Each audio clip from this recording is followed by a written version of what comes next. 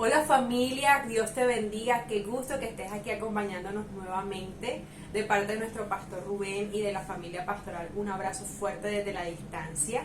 Bueno, bienvenido a este nuevo espacio donde vamos a estar compartiendo acerca de las parábolas de Jesús.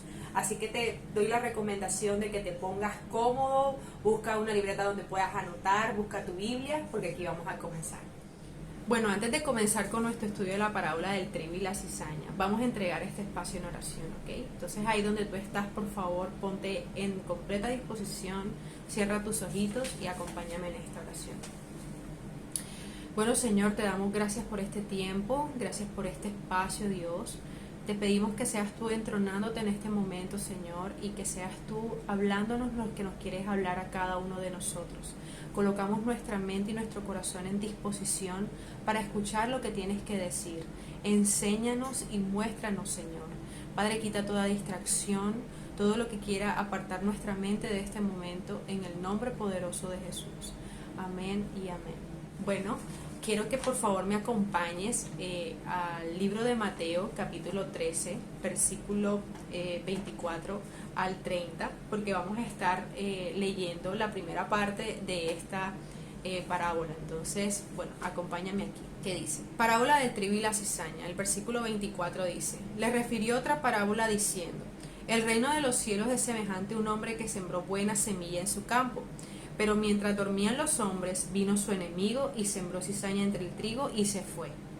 Y cuando salió la hierba y dio fruto, entonces apareció también la cizaña. Vinieron entonces los siervos del padre de familia y le dijeron: Señor, ¿no sembraste buena semilla en tu campo? ¿De dónde pues tienes cizaña? Y les dijo: un enemigo ha hecho esto. Y los siervos le dijeron: ¿quieres pues que vayamos y la arranquemos? Él les dijo: no sea que al arrancar la cizaña arranquéis también con ella el trigo. Dejad crecer juntamente lo uno y lo otro hasta la siega, y al tiempo de la siega yo diré a los segadores: recoged primero la cizaña y atadla en manojos para quemarla, pero recoged el trigo en mi granero. Bueno, antes de entrar en materia acerca del significado de esta preciosa parábola, quiero compartir contigo unos cuantos datos curiosos que yo sé que te van a interesar acerca de ella. Lo primero es que Jesús fue el encargado de darle el significado a esta parábola.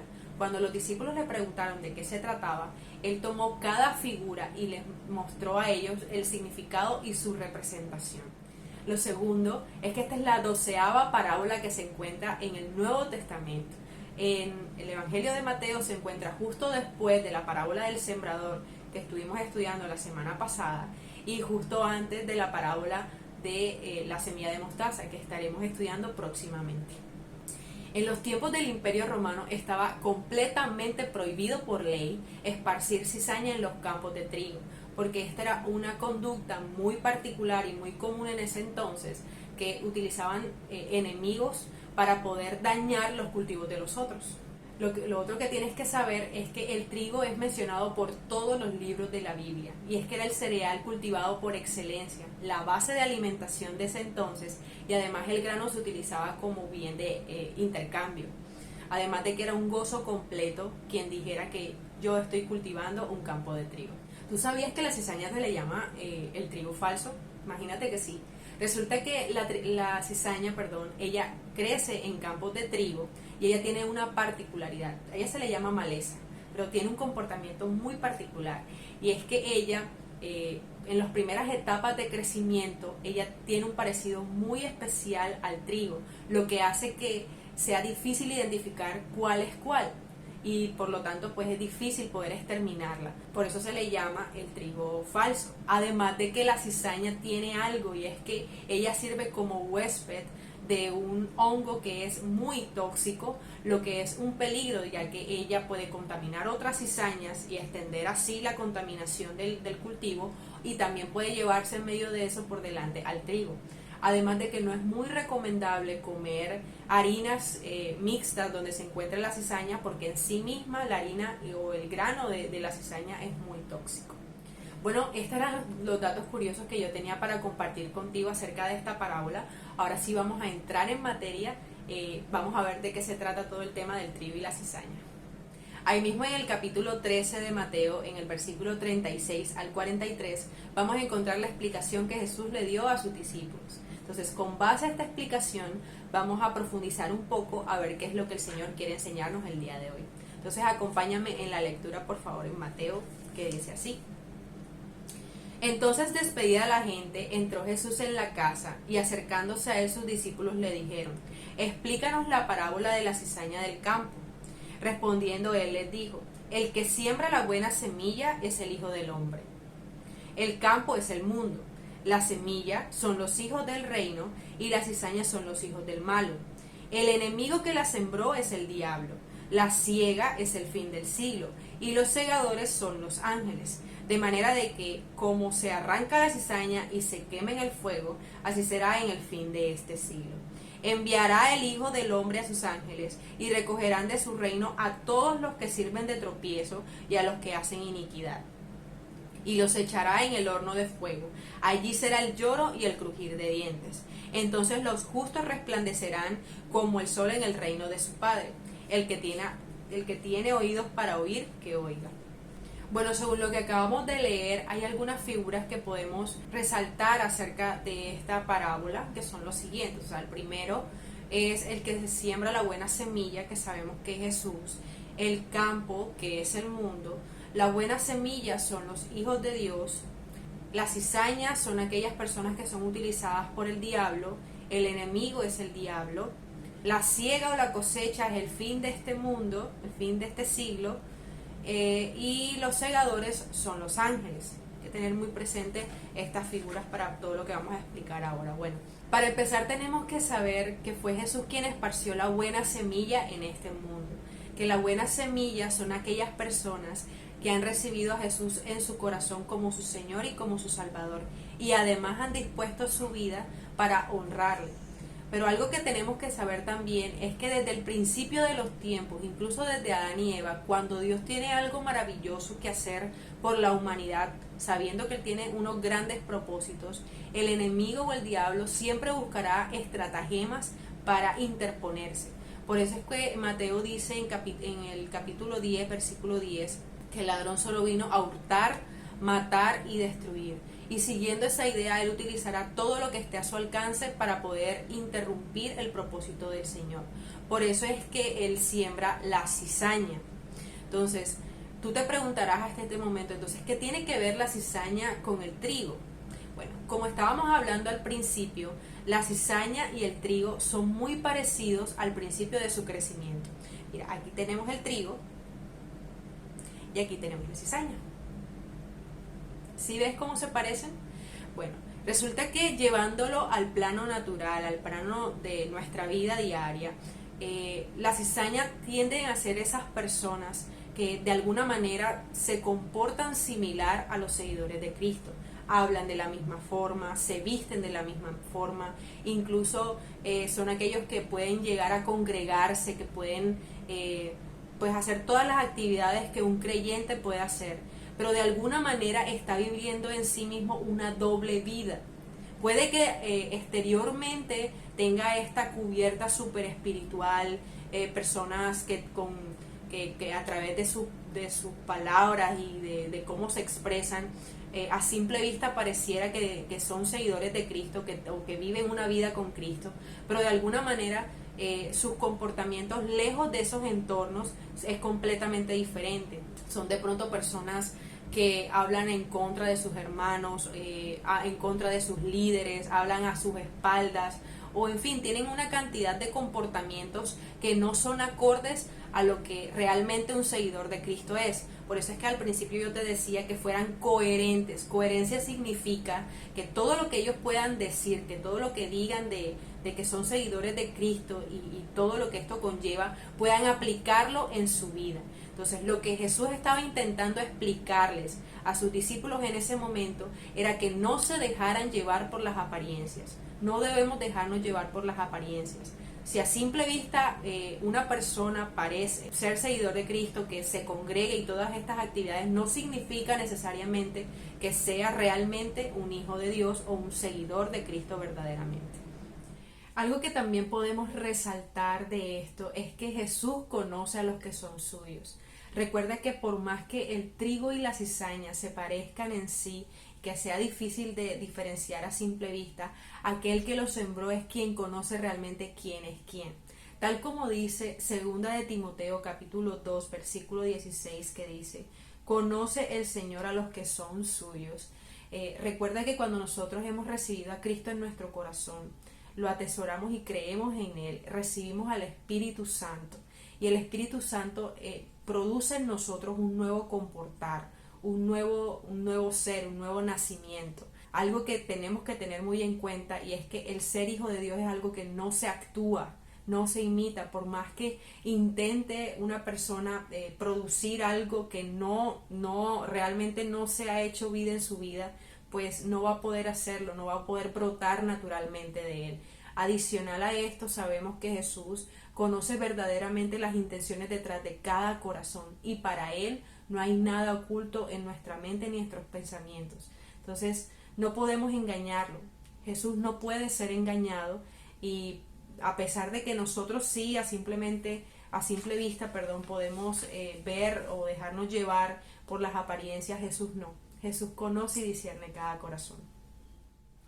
Lo que Jesús nos estaba explicando en este entonces era que los siervos querían encargarse de arrancar la cizaña, pero cabe resaltar de que no es fácil identificar trigo y cizaña a primera vista. Entonces el Señor muy sabiamente le dijo: no lo hagas, porque en esa acción podrías arrancar también trigo, o sea, planta buena. Déjame y yo me encargo, le dijo el Señor, y le digo a los segadores que arrancar y dónde colocar cada cosa, tanto el trigo como la cizaña.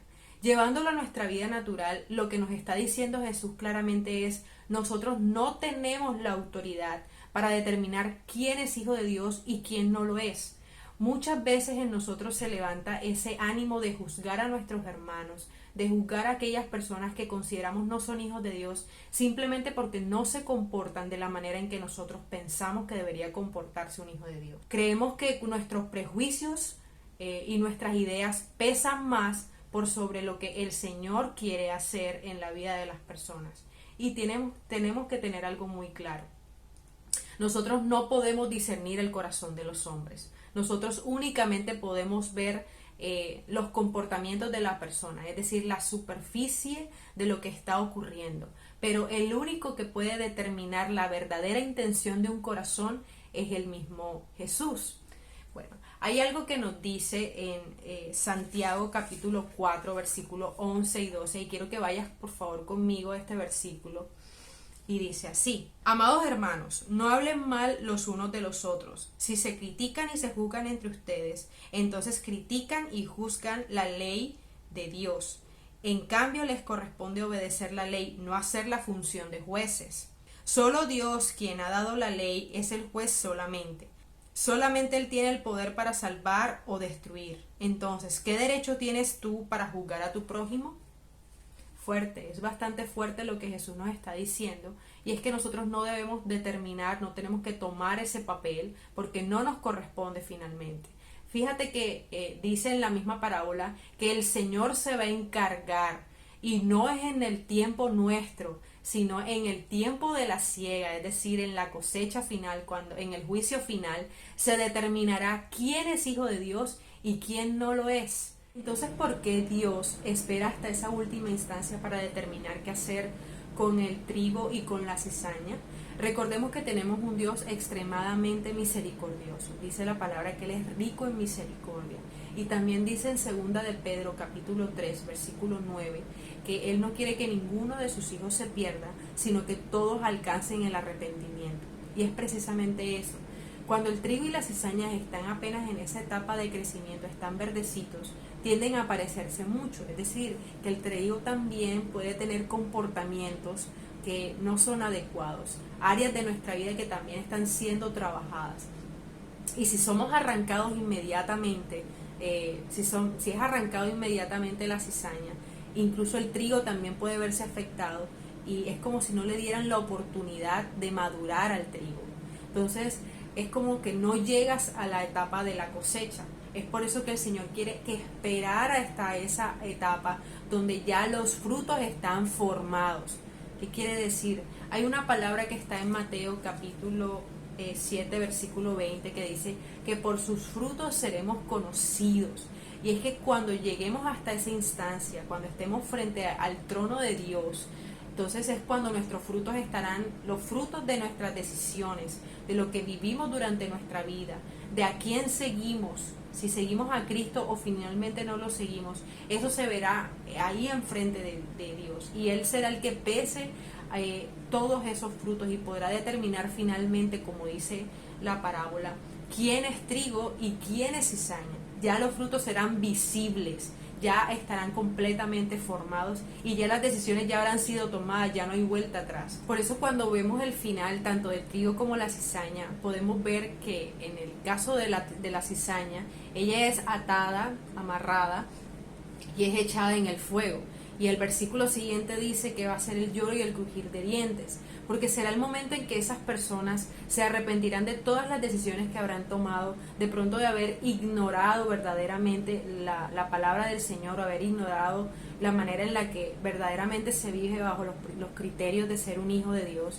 Entonces ahí en ese momento se arrepentirán y ya no habrá más nada que hacer, porque esa es la recompensa de la manera en la que ellos vivieron. Por el otro lado tenemos al trigo, que el trigo es algo muy precioso porque no sé si tú has tenido la experiencia, has tenido la oportunidad de estar frente a un campo de trigo listo para cosechar, y es cuando se ve que el sol le da directamente al trigo y es como si tuvieras un mar de oro, un mar dorado, y es cuando el versículo 43 dice: entonces los justos resplandecerán como el sol en el reino del Padre. El que tenga oídos para oír, que oiga.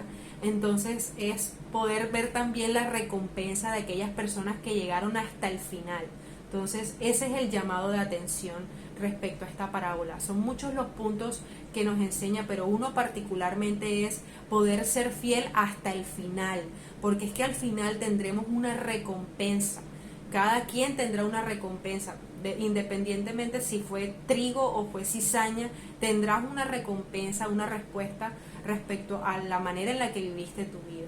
Hay muchas personas que piensan que cuando la gente muere ya ese es el final, eso es todo lo que queda de la vida, pero recordemos que todos vamos a tener un juicio. Todos vamos a tener un juicio y frente a ese juicio nuestras decisiones y nuestros frutos van a ser juzgados. Entonces, con base al resultado de ese juicio, pues tendremos cada quien su recompensa. Entre otras cosas, que el Señor es buenísimo, el Señor es bueno, y la verdad es que Él constantemente está esperando, ¿verdad?, que todos sus hijos puedan recibir esa buena recompensa, porque hay muchas ocasiones, eso pasa en la vida real también, en las cosechas, que la cizaña puede llegar a ahogar al trigo, es decir, el trigo no aguantó en ese momento la influencia de la cizaña, y es lo que ocurre muchas veces. A veces estamos rodeados, o sea, para nadie es un secreto que a nuestro alrededor muchas veces hay creyentes que son reales y creyentes que no lo son. Entonces lo que el Señor nos llama es que no dejemos que esa influencia de esa cizaña, de esos creyentes que son falsos, prime por sobre lo que hemos creído de Él, ¿sí? O prime por sobre lo que el Señor nos ha mandado verdaderamente, sino que podamos ser creyentes fieles hasta el final, porque la recompensa al final para el trigo es algo precioso, y es poder estar cerca del Padre, poder ver a Jesús nuevamente cara a cara y poder estar conviviendo con Él. Eso es realmente lo que el Señor nos enseña a través de esta parábola.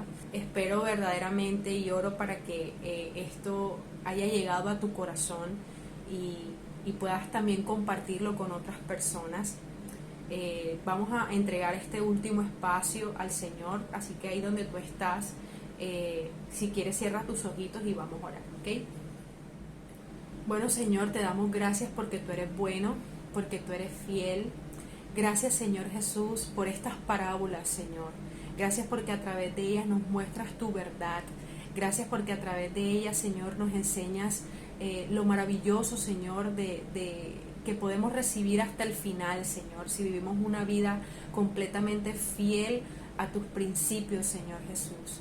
Padre, te pedimos en el nombre de Jesús, Señor, que si hay algunas cosas en nuestra vida que tienden a ser como cizaña, Señor, apártala de nosotros, muéstranosla también, hazla visible a nosotros para poder renunciar a eso, poder apartarnos de esos comportamientos, Señor, en el nombre poderoso de Jesús. Y ayúdame a continuar esta carrera hasta el final para poder recibir esa recompensa preciosa que es estar contigo nuevamente. Gracias, Señor, por este espacio, gracias por este tiempo, Señor. Y te pedimos, Padre, que esta palabra, Señor, caiga en buena tierra, que es nuestro corazón, y haga mella en ella. En el nombre poderoso de Jesús. Amén y amén. Bueno, familia, fue un verdadero placer estar compartiendo contigo el día de hoy. Espero vernos muy, muy pronto. Dios te bendiga. Ten un excelente día.